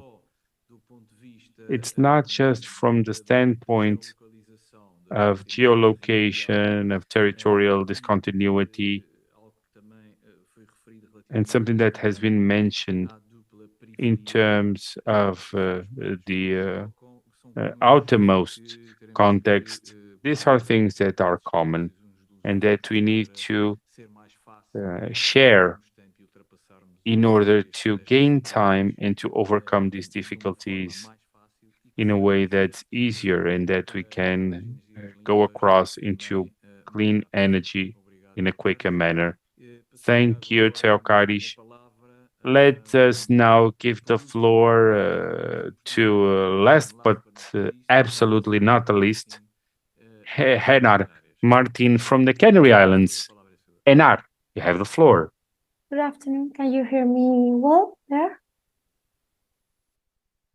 Can you Yes, hear we, me? we, Yes. we can hear you perfectly. Thank you. Oh. First, I'm sincerely grateful for the opportunity to address you today to talk about mobility in a complex territory such as the outermost region of Canary Island. In this case, I will focus in the case of Tenerife, perhaps the most complex and interesting in our region. I'm going to mention ideas and concepts that the other speakers have already worked on, but I think I hope I contribute about another perspective about the Canary Island. In the next few minutes, we will dive into the history, actual challenge and possible solution focuses our analysis on 4 crucial elements: territory, urban development, and economic system, and the public policies development so far. I don't have a presentation, so I hope you can follow the ideas and the things I'm gonna tell for everybody. The first thing I'm going to mention is the insularity necessarily entails a series of challenges and opportunities that condition life and development. Geographic insulation, the vulnerability and sensitive of the territory, limited resources, and external dependence are some of the challenges that face every day the Canary Island. There are other opportunities that we can mention, like the culture and identity, rich biodiversity, and our own natural resources. Starting from this particular condition and adding the essential nature of the transport in a society in an island territory such as Tenerife, mobility is an enormous challenge in order to guarantee the right to move around, taking into account the balance between sustainability, economic and social aspects. The growing concern for the environment and especially the collapse of transport infrastructure that we have been experiencing in the island over the last year have highlighted the need to rethink our current model of mobility management, on which I will now go on detail some characteristics. The history of mobility in Tenerife from the first indigenous settlers to the present days reflects the dynamic interactions between geographical conditions, economic constraints, and technological advance. Initially, the limitations imposed by the mountainous topography and the economic conditions led to the creation of a network of footpaths connecting the indigenous settlements of the island. For centuries, mobility was mainly based on walking, adapting to the irregular geography of Tenerife. Footpaths, some of which will still exist today, were essential for communication between communities and the transport of bicycles. However, these methods of mobility were limited by the topography, making it difficult to transport large quantities of goods and efficiently. Which the arrival of the second industrial revolution and with the car marked a period of profound technology change. Road infrastructure began to evolve in Tenerife. The introduction of roads and bridges allowed for greater connectivity between the different regions of the island. The change in mobility had a significant impact on the spatial distribution of the population and economic activities. No new roads were mainly located on the coast, where the elevation allowed for easy infrastructure development. And where you see far from the tourism and the development of the economic story have much to related to this. In the last third of the 20th century, the economic growth experienced in Tenerife boosted the use of the private car as the main means of transport. This change in mobility had a transformative impact of territorial planning, with an increase in dispersed settlements along the coast. The availability of private cars allowed more extensive and flexible movements of the population, influencing the choice of place of residences and the configuration of the urban areas. Despite the extensive roads that we have nowadays in Tenerife, more than 2,000 kilometers of road and more than 6,000 of tracks, mobility in Tenerife is strongly marked by dependence of private cars. According to the advance of the Tenerife Island Mobility Plan, because nowadays we don't have a mobility plan in the island, of the 3 million journeys made each day of the island, 80% are made in private cars, while 14% by active mode and only 6% by public transport. These data are so concerned. This scenario is exacerbated by the annual visit. Approximately 6 million of tourists arrive nowadays to the island, and half of them use the private car, mainly rental cars, to move in the island. The other half of don't move in its stays or use public transport. The preference for the private transport is reflected not only in the local population, but also in the choice of tourists, highlighting the need to address the car dependency as a predominant mode of transport in the island. This overview of mobility and the current state of the mobility in Tenerife allows us to clearly point out the factors that determine and condition sustainable mobility in the territory, such as the Canary Island. Despite the difference between the different islands of the archipelago, these factors continue to be decisive for mobility model. These factors are a combination of territorial, economic, and urban factors, and the result in demographic condition factors. This is why public policies aimed at the transformation to a sustainable model must include a wide range of territorial, social, and economic areas. In this sense, the example of Tenerife serves to exemplify the need for this holistic vision.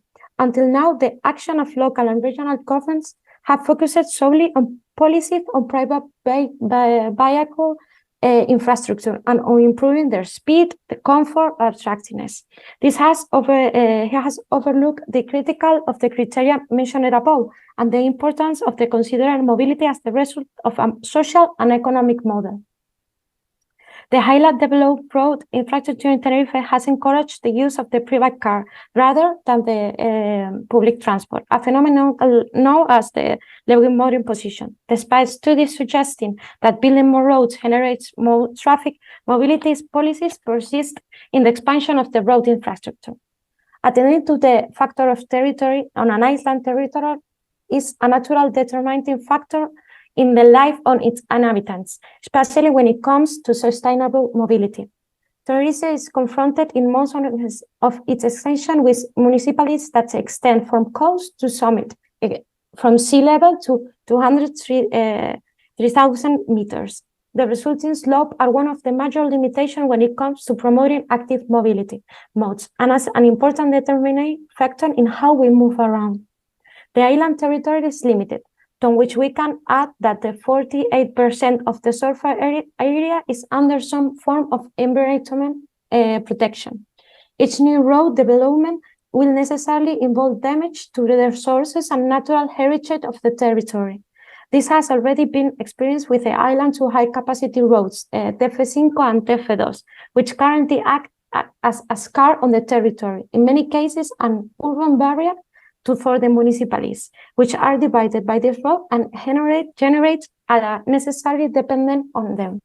Projects such as the construction of 2 railway corridors in the north and south of the island, the enclosure of the Island Ring motorway, or other road work promoted by the Cabildo of Tenerife and Canary Island government must consider the vulnerability of the island territory and weigh up the benefits of the population of the island. Sustainable mobility policies implemented in continental territories, such as the commitment to rail transport, should not necessarily be replicated in a peripheral island territory.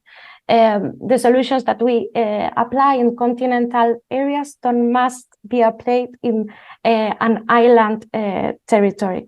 So, in the other hand, if we talk about the economic factor intrinsically related in the case to the value of the island territory and the climate, is an important historical determinant of mobility on the island. Economic and tourist transformation in Tenerife have played a crucial role in the evolution of the mobility patterns of the island.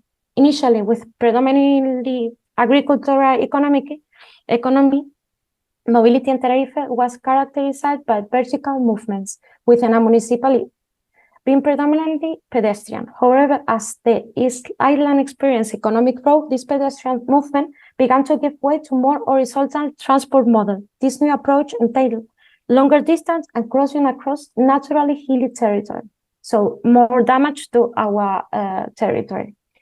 The growth of tourism prompted construction of new roads, new motorways to connect the emerging tourist resorts in the south of the capital, and subsequently extending to the Orotava Valley, that north of the island, and the more northern island known as the Isla Baja.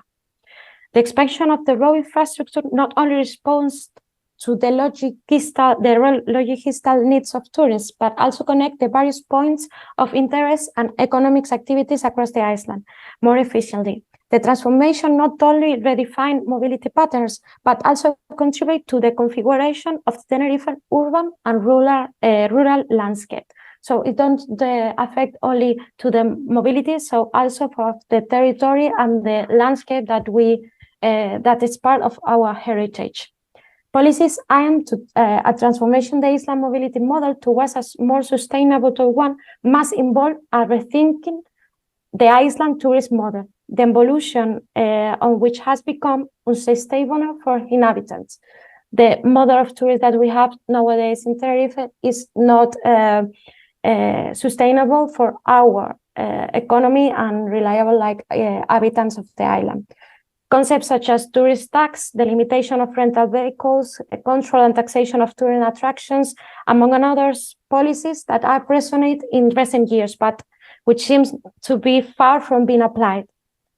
In the later, I would like to highlight the economic territorial model of the island of Lanzarote in Canary Island, with the intervention of César Manrique during the 80s and the 90s with a concept of tourist planning and development linked to the conservation of the landscape and natural resources, is an example of how to deal with the interrelation of the territory economic factors. But it's sad, but this model has not been replicated in the rest of the island.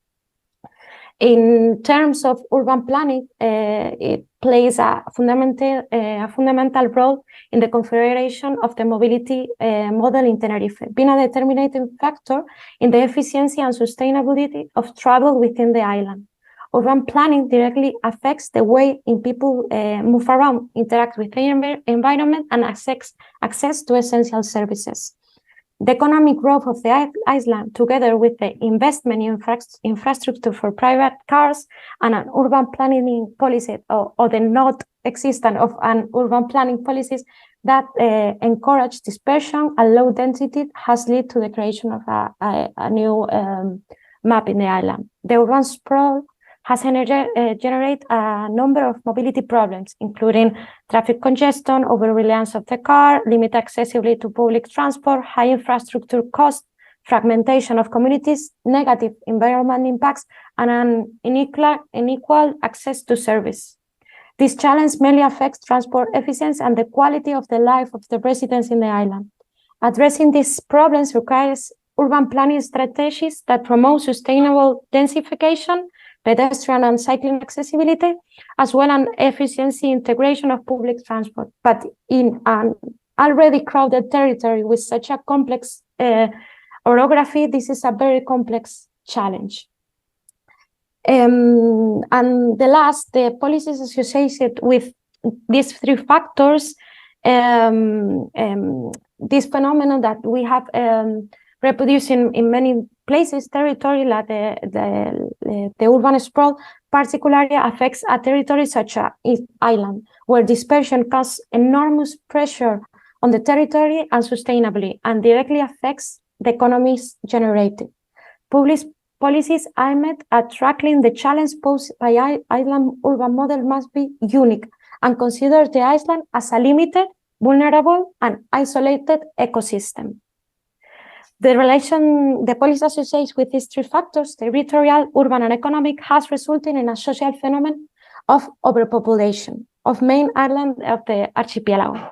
The Canary Island, with 300 inhabitants per square kilometer, is the second in density, only to Madrid in population density. So we are the second most density area in Spain. The region attracts residents and tourists, with 2.2 million inhabitants, which 15% of whom are foreigners. Despite the tourist recovery, there is a demographic disparity, with areas densely populated and others become depopulated. Concern heightened by the population growth projections for 2053, which indicates a 70% increase of the population in the Canary Island, reached the 2 million inhabitants. This scenario poses significant challenge in the fragmented territory of only 300 square kilometers. According to a statistic published by the Canary Island Statistics Institute, the archipelago has experienced an increase of approximately 500,000 residents in the last 2.5 decades, representing a remarkable increase of 35%. Compare regions such Basque Country have increased only 5%, and Spain has total have 90%. So we are the double increase like all the territory of Spain. The population Canary Islands is not increased in terms of birth, quite contrary. The region has experienced negative natural increase for decades, and its experience is expected to continue in the future.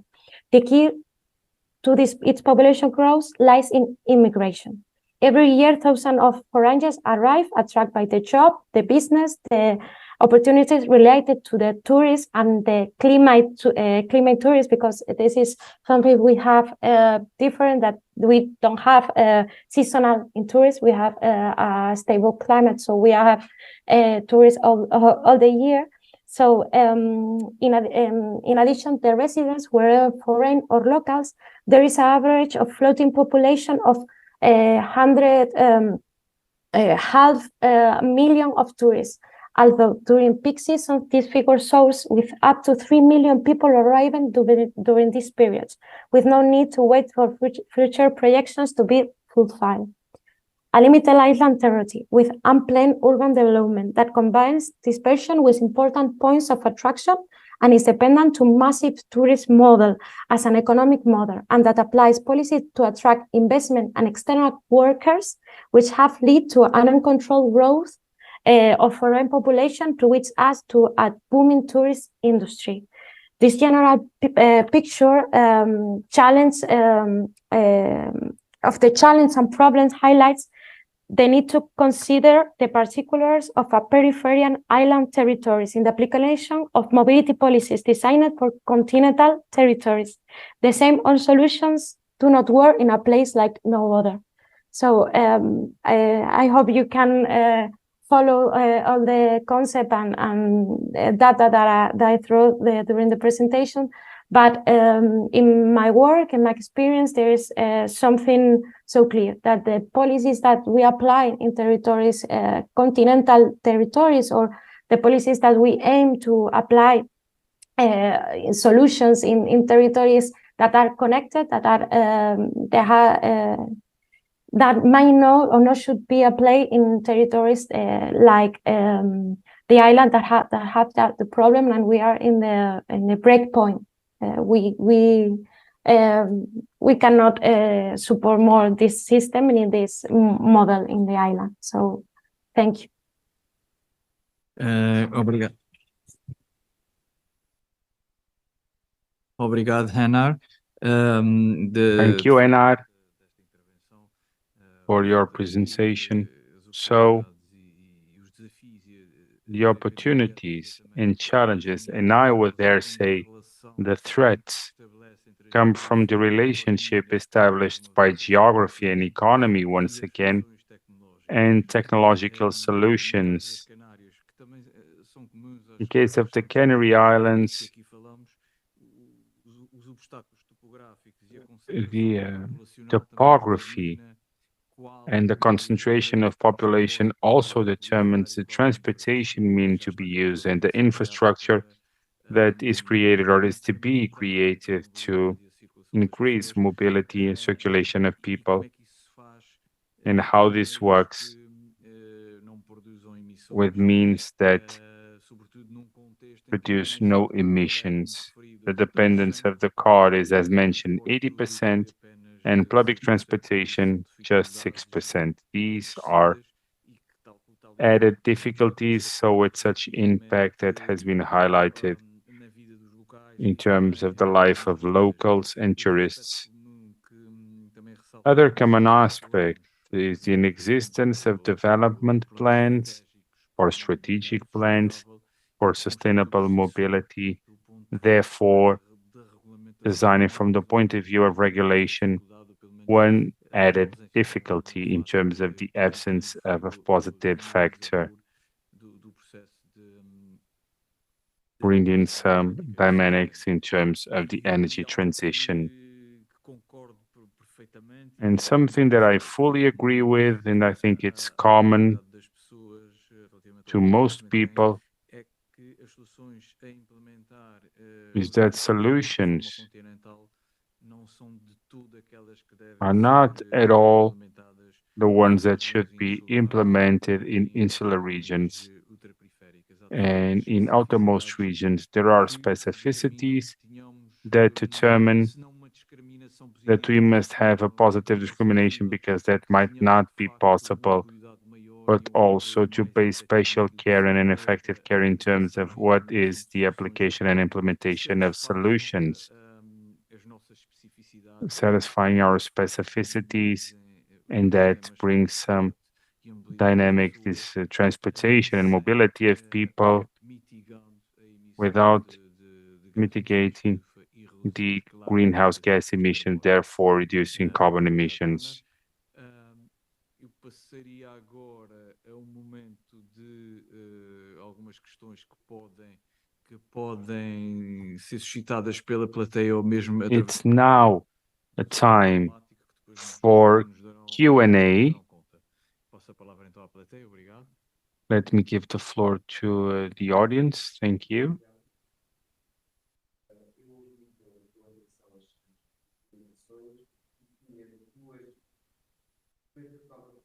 Yeah, the microphone is not coming across to Zoom, so let's.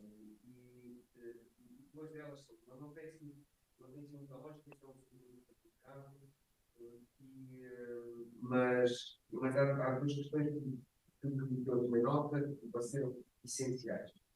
Uma delas foi que nós estamos num contexto de aquecimento global e, portanto, de metas muito estritas da descarbonização da nossa economia.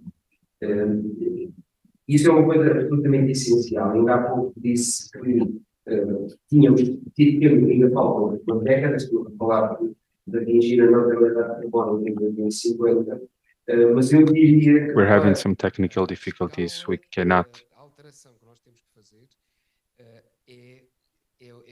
o tempo é muito pouco. Here we go. We don't have enough time. Tendo isso em conta, ou seja, Taking this into account, temos que descarbonizar seeing that we must decarbonize our economy, I heard today of green energy, changing the source of energy. I've heard of greater efficiency in using energy. I didn't hear about mitigating the need for energy. It's not just changing the kind of energy, it's also to reduce consumption. In a nutshell, not just changing the origin of the energy. I think that we need to reduce consumption. I would love to hear your take on it. One second question has to do with the sustainability of tourism.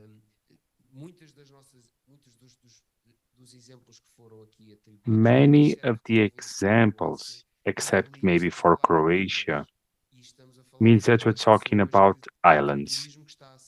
And it is tourism set on aerial transportation with a view of coming to 2050 in a situation of carbon neutrality. I do see a lot of difficulties, and it depends on aerial transportation. And I see a lot of problems for an economy that depends on tourism. For example, the Canary Islands, in Crete, in the Azores. So what's your take on it, on if an economy that depends on tourism and tourism that needs to be served in an aerial manner can be sustainable? Thank you for your question. Taking into account that we are separated in terms of geography, I would suggest to go around our 4 speakers. So if any of you wants to comment on these 2 questions/comments, maybe we could start with Rosa Simas, because she's sitting next to us. I don't know if you have something to say on this.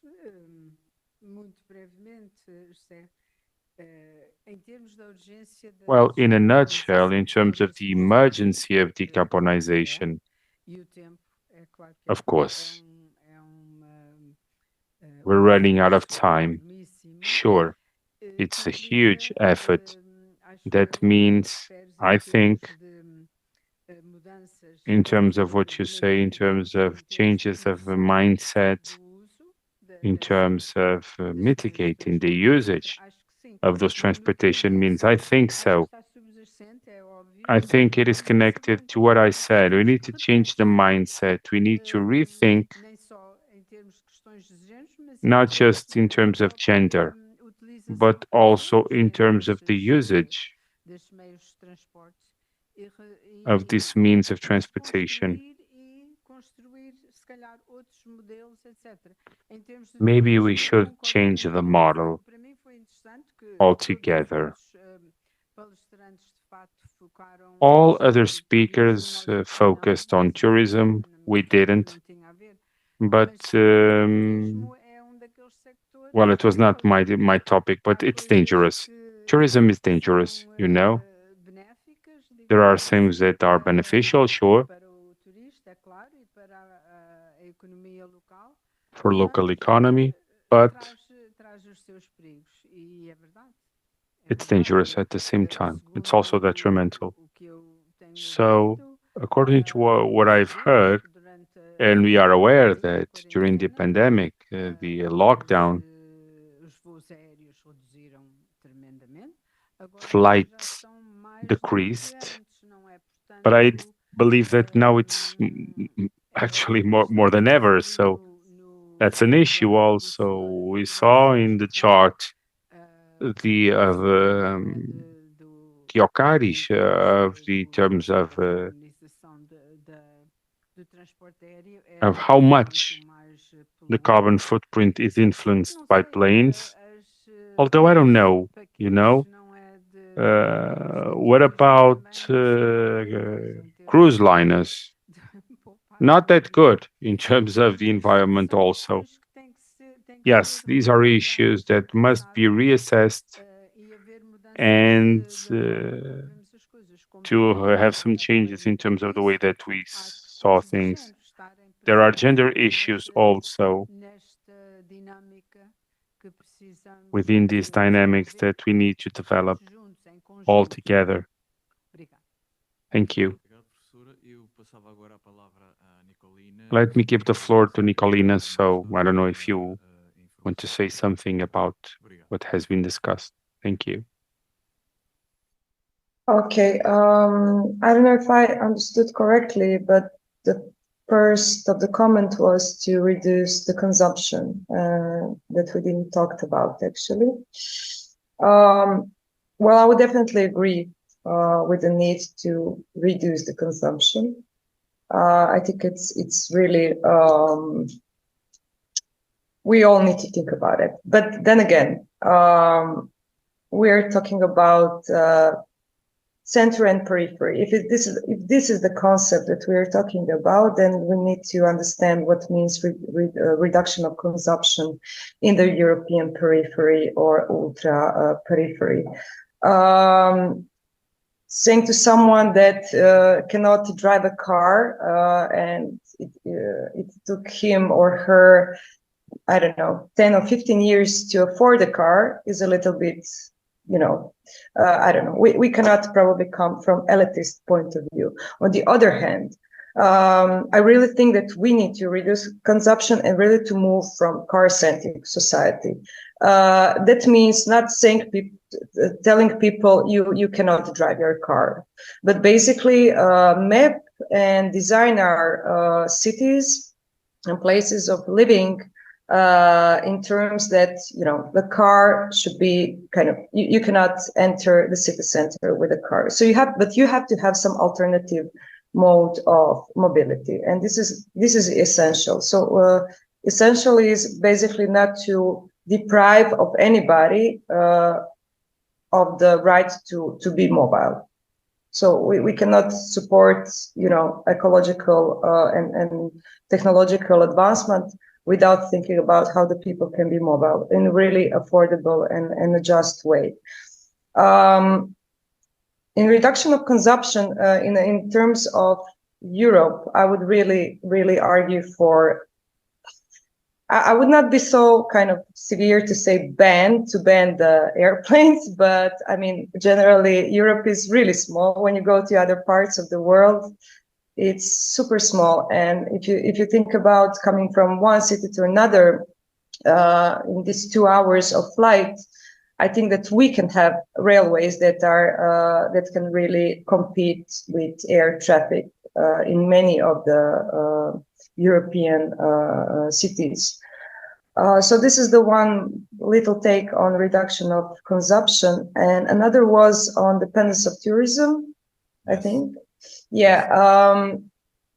Well, I can only talk about from the angle of Croatia. So as you know, Croatia wasn't actually a tourist country. Croatia was industrial country, and we had socialism that was developing industry for 50 years. So the tourism was actually secondary in this development, let's say. Now the situation is different. However, I think that tourism, relying on tourism, can be very detrimental, and it is detrimental, as we can see from the figures, and both from Portugal and Greece and other Mediterranean countries. So we probably need more industrial production, green industrial production, also agricultural production as well. in order to move from tourism. I'm also not against mass tourism. I have to say that. I think that everybody has a right to enjoy its privilege of being a tourist in another country. But if a working family from Germany wants to come to Croatia, I would rather, make all possible means and conditions so that family can use train and, put their car into train and then, use a ferry and use their car as less as possible. We are very far from that type of solutions. So I really believe in a regulated economy in every sense. So yes, this would be my answer. I don't know if I answered you. Yes. Thank you. Thank you so much, Nicolina. Eu passava a palavra ao Tecaris. Let's give the floor to Theokaris if you want to comment on these issues. Yes. Thank you. Thank you, Mr. Chairman. Thank you. Yes. First of all, as concerns the consumption, what we know that we consume green, okay? Then we consume less. That means that the systems are more efficient. So the transport system should be okay. But the solution is public transport. But public transport for citizens should be attractive. Public transport should be on time, should be clean, should be safe. So to be happy to get the public transport. Why to get my car and trying to park in a place if I have very good public transport, like Nicolina referred, for instance, to railways. I'm part of have created here a team to promote railways in Creta. Creta is linear, so could be part of the solution, not the full solution, but the solution is public transport. And Nicolina, I think we have to ban the cars. We need to, but in parallel, to increase and to make more attractive the public transport. I would like to forget my car. I would like to stop driving. I prefer to be in a public transport, read a book, discussing with my friends, or seeing something instead to drive in a car, to be in a traffic, something like that. This is one part of the answer is that one. So we have to see how to make attractive the public transport. The second part is about the tourism. We need numbers. This is why I have tried to show you numbers. We need numbers to plan. We need to calculate how many. We have done this kind of models. In the case of Natura areas in Creta, you can Google and find very recent analysis we have done, which is the current capacity with different models to see how many people can be inside. We have to protect the areas.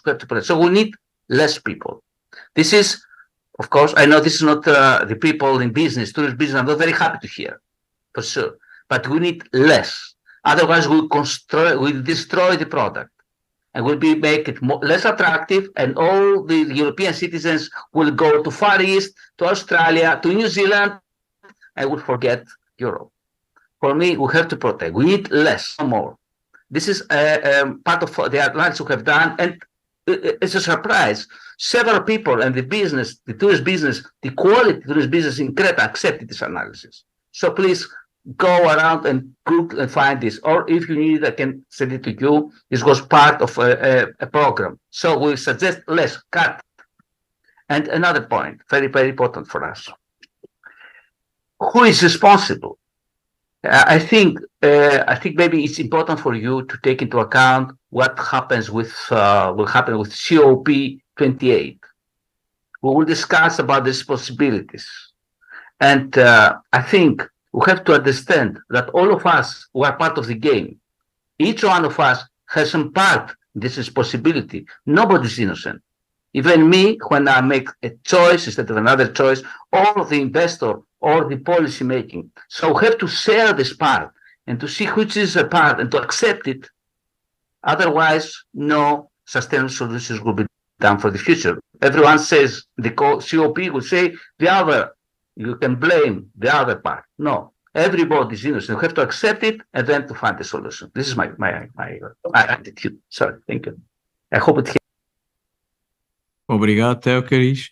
Hanar, Thank you. Enar, I don't know if you have something else to say in terms of the question that was asked. Yeah, I agree with the two other speakers. I want to speak about the case of the Canary Islands. We speak about reduction of emissions. We must to talk about tourists. We have to talk about economics, because in the case of Canary Island, there is a half of 1,000 connections weekly in flights with England, and another half of 1,000 with Germany. If I talk only about two countries, but we speak about the reduction of emissions and we talk about a sustainable model, we have to talk about tourists, because it's this model of tourists is an extractive model. We are more poor inhabitants in Canary Islands. We are more poor than 10 years ago. We have more quality of life, because we have see our territory being occupied in more specific, but this economy, this model of tourism.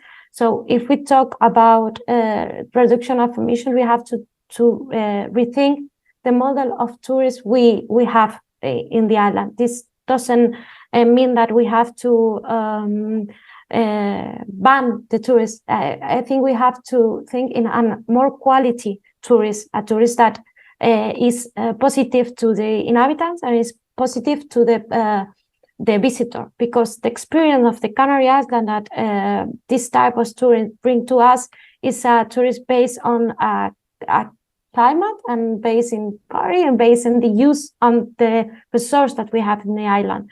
Not only the emissions, but here in Canary Island we have a water problem, because it's an island, so our water resources are so limited.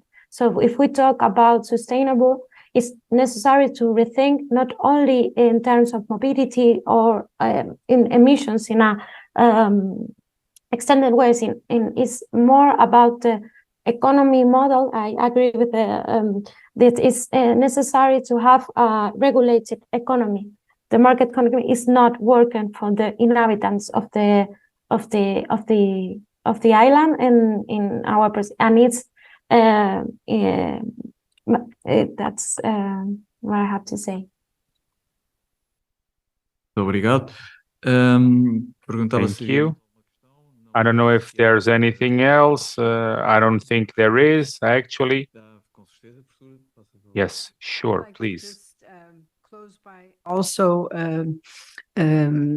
supporting your idea and our friend from Croatia, in fact, talking about the need for more regulation, and that the market economy obviously is not going to take care of all the problems, and it needs to be regulated for the good of all. In the end, that's it. In terms of transportation, in terms of tourism, rethink the models for both areas for the tourism we have. We didn't talk about tourism here in the Azores. In fact, I've heard that the rental cars we have now are by the thousands, I think. It's amazing, and we're small islands. This has a huge impact, and we're not talking here personally, here in the Azores, we're not talking about the impact of tourism overall. And we need to rethink it, just as in most places. Definitely. The economy needs to function, certainly, but there needs to be regulation for the good of all. Definitely. Thank you for all. It was a pleasure hearing you from my part. Thank you. Nós estamos em cima do nosso tempo para terminar, mas We are running out of time, but it's important to say that regulation is actually pivotal. What we need beyond individual behaviors is that tech solutions come to meet this process of energy transition and gas reduction that we want to be more effective and to become a reality. Thank you all who have attended, to all of those that have been with us